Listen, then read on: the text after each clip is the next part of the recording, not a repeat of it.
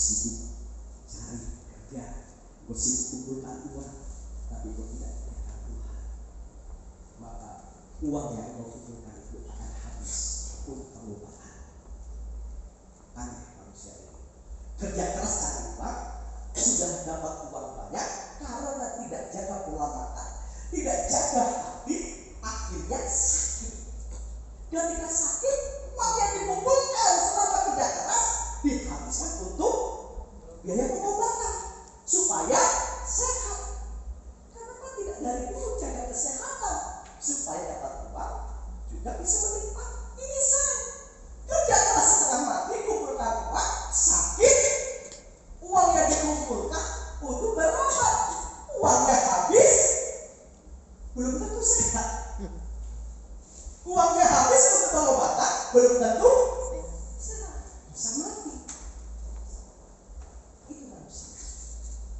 Lewat kejadian Matius pasal 4 ayat 1 sampai 11 ini ada satu hal yang kita belajar.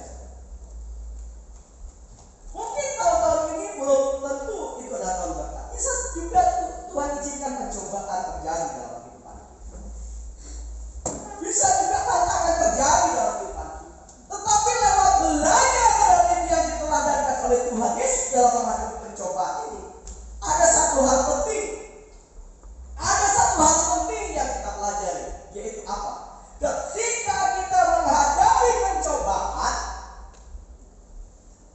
saudara perhatikan, selalu Tuhan Yesus memperkatakan firman. Ada tertulis. Ada tertulis. Ada tertulis. Kenapa Tuhan Yesus selalu memperkatakan firman Tuhan? Yang pertama, ternyata firman Tuhan adalah nutrisi atau vitamin bagi jiwa. Luar biasa. Ini adalah rahasia terbesar. Ternyata firman Tuhan adalah nutrisi, vitamin bagi jiwa.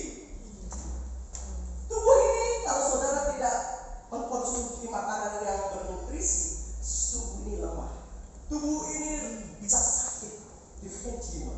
Jiwa juga perlu nutrisi. Dan nutrisi jiwa adalah firman Tuhan. Di dalam kitab Mazmur pasal 1 ayat 1 sampai 3 katakan begini. Berbahagialah orang yang tidak berjalan menurut nasihat orang fasik, yang tidak berdiri di jalan orang berdosa, dan yang tidak duduk dalam kumpulan cemooh, tetapi yang kesukaannya ialah Taurat Tuhan, dan yang merenungkan Taurat itu siang dan malam.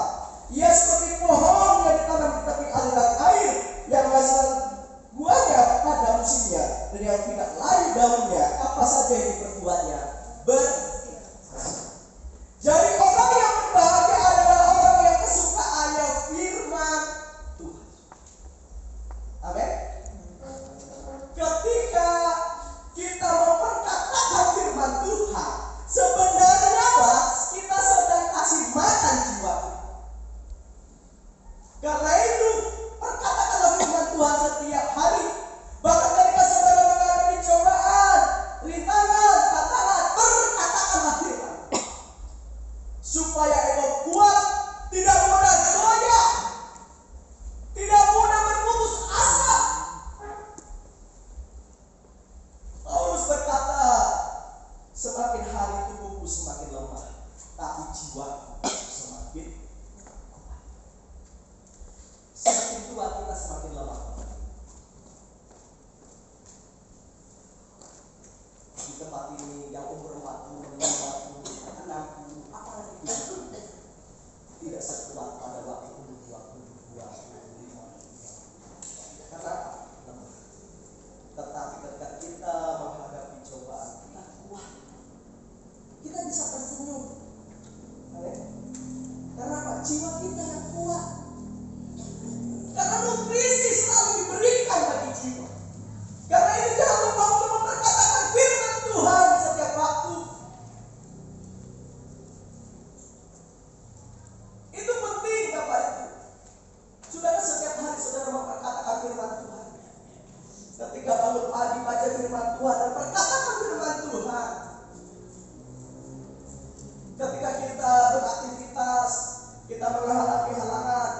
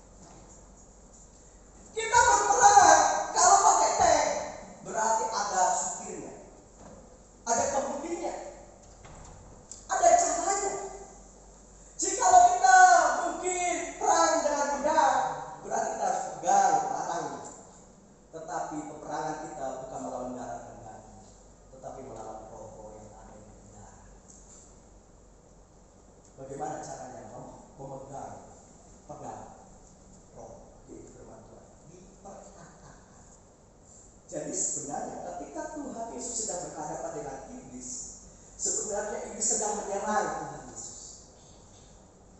Iblis sedang menyerang, mencercar Tuhan Yesus. Dan Tuhan Yesus mempergunakan senjata rohani, yaitu firman Tuhan. Firman Tuhan adalah tombol keselamatan. Dia adalah pedang. Lawanlah iblis. Yakobus 4:17. Lawanlah iblis, maka dia akan lari daripada.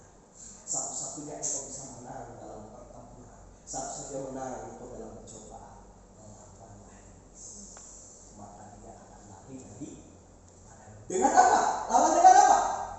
Dengan firman Tuhan. Saat engkau khawatir, katakan Matius 6:5, janganlah engkau khawatir akan hidup. Di saat kita mungkin ada dalam sebuah tantangan, sebuah cobaan, tidak ada beras yang banyak, mungkin hanya beras 1-2 juta, tidak ada ikan, mungkin ada pelor saja. Katakan 1 Timotius 6:8, asal ada makanan dan pakaian, cukuplah. Amin. Amin. Ibu-ibu ini punya pakaian itu 1 lemari. Tapi sering kali bilang kepada suami, Pak, saya tidak punya pakaian. Tapi ibu yang bilang begitu di sini. Ada. Punya pakaian 1 lemari ini. Adakah susun nih? Bilang kepada papanya, kepada suaminya, Pak, kita sekadar pakaian. Yang tertawa mungkin itu pengalaman.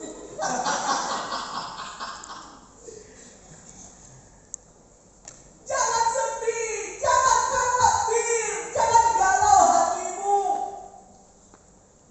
Sebanyak-banyaknya pakaian di lemari, paling kau hanya pakai 1 pasang. Amin. Kalau sudah 1 pasang yang kau pakai, tidak mungkin 1 persatu yang kau pasang semua di baju. Ada yang begitu. Jadi 1 lemari pasang semua di baju. Akhirnya jadi lemari berjalan. Yang penting sudah ada pakaian di badan. Cukup. Cukup saudara. Jikalau hatimu sedang gelisah, seringkali kita duduk-duduk atau kita sedang melakukan sesuatu, hati kita gelisah. Betul? Hati kita galau. Dalam bahasa gaul sekarang kan galau. Seringkali terjadi seperti itu. Saya sering bertanya, ini ada apa? Dalam Mazmur 42:1-11 katakan, mengapa engkau tertekan hai jiwaku, dan mengapa engkau gelisah di dalam diriku? Berharaplah kepada Allah, sebab aku bersyukurlah kepadanya, penolongku dan Allah.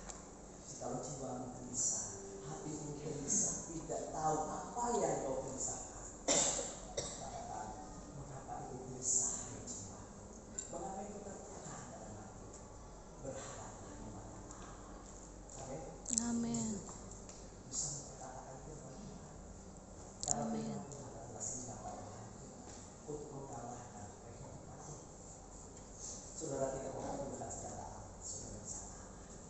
Saudara gelisah. Saudara galau. Ketika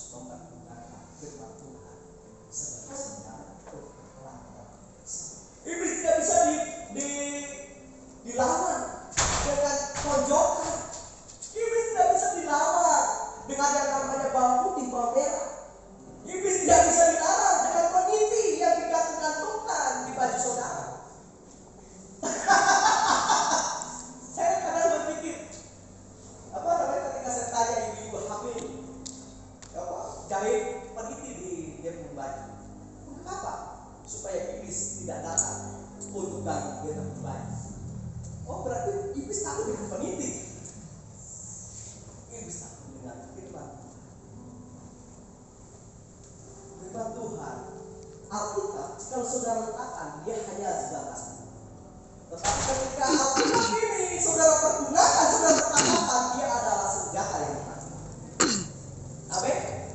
Mempergunakan firman Tuhan. Amin.